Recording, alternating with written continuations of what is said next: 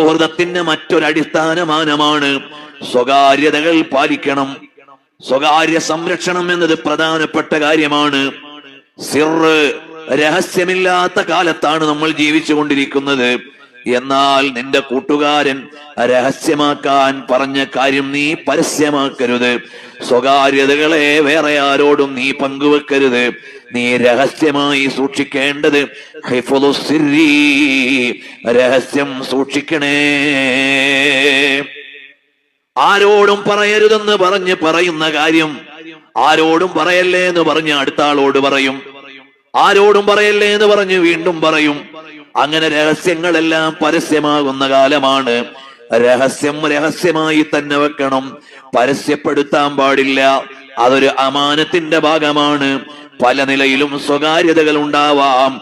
സ്വകാര്യതകളെ ലംഘിക്കാൻ പാടില്ല. സ്വകാര്യതകളെ ലംഘിക്കാൻ പാടില്ല. സ്വകാര്യങ്ങളെ സ്വകാര്യമായി തന്നെ വെക്കണം.